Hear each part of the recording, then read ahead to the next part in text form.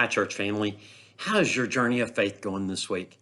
I hope you spent some fruitful time with God this week. Spending time with God requires time, commitment, and a plan.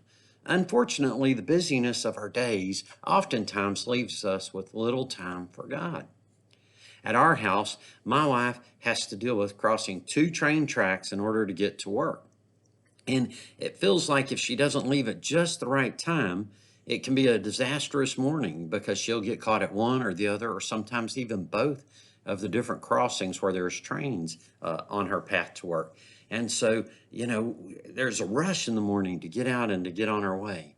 My son, he plays baseball. 3 days a week, the team gets up and goes to school early and practices in the lifts weights in the weight room. And then every day after school, they practice unless it's a game day, and there's at least 2 game days a week. So, that's a crazy busy schedule. And then my day's filled with meetings and tasks and sometimes just distractions that, if you're not careful, we find that it can be difficult to spend time with God.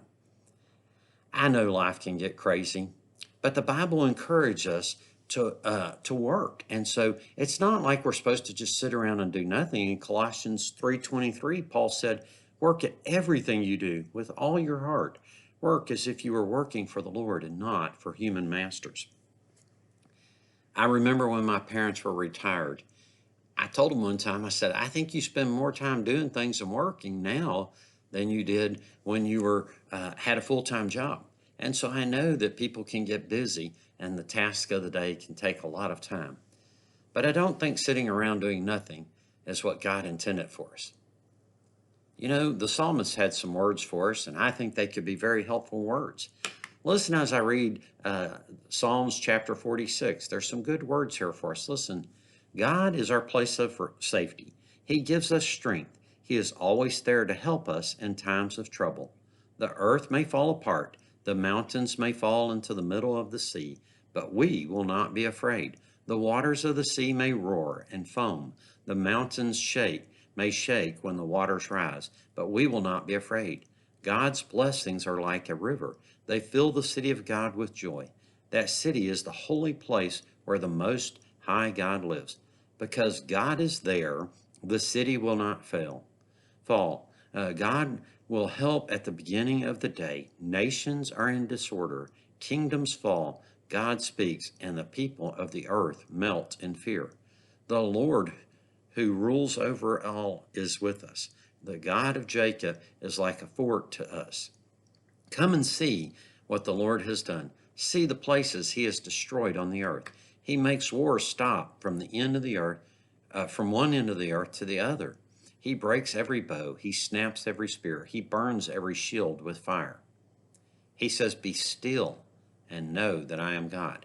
I will be honored among the nations. I will be honored in the earth. The Lord who rules over all is with us. The God of Jacob is like a fort to us." Notice in the midst of wars and natural disasters, God is with his followers. These words still speak to us today. Don't we see wars happening around the world right now? Just this past Sunday, we had a very large fire not far from us. There's been many, and we had a tornado this week after that. So there's been many natural disasters we've seen come just this past week. Notice that the psalmist in verse 10 tells us to be still and know that I am God. To have fruitful time with God, we need to slow down and be still. Isaiah 40:31 says, "But those who wait for the Lord shall renew their strength.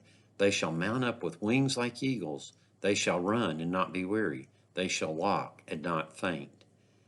The psalmist goes on in verse 45 and he says, God will help us at the beginning of the day. Or he says, God will help at the beginning of the day. I don't read this as a mandate of when you have to meet with God, but I do see it as an encouragement for us to begin our days and our quality time with God in the morning.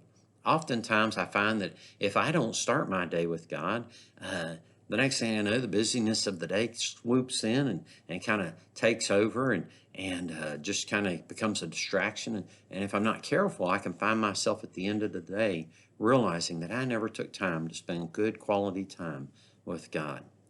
I pray that you're able to slow down this weekend and spend some quality time with God. Love you, church family, and I look forward to seeing you Sunday.